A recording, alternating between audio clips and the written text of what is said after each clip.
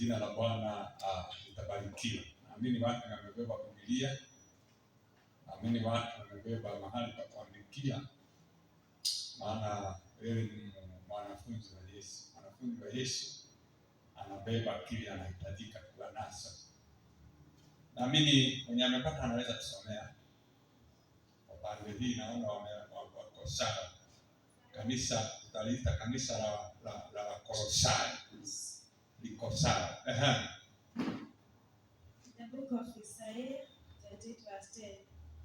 Kwa maana ni amri juu ya amri, amri juu ya amri, kanuni juu ya kanuni, kanuni juu ya kanuni. Huku kidogo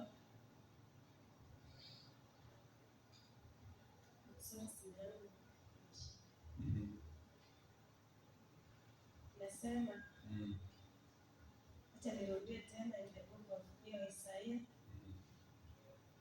10:11-28. Hapo ulikuwa unasoma tu 28 from verse 10, 11 and 12. Nasema hivi. Simu yangu ndio. Kwa maana ni amri juu ya amri, amri juu ya amri, kanuni juu ya kanuni, kanuni juu ya kanuni, huku kidogo na huku kidogo.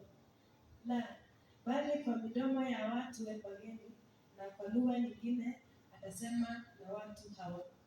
Na kwa lugha nyingine atasema na watu hao. Ambao aliwaambia. Hii ndio raha yenu. Mpeni raha yeye aliyechoka. Huko ndiko kuburudika. Lakini hawakutaka kusikia. Kwa sababu hiyo neno la Bwana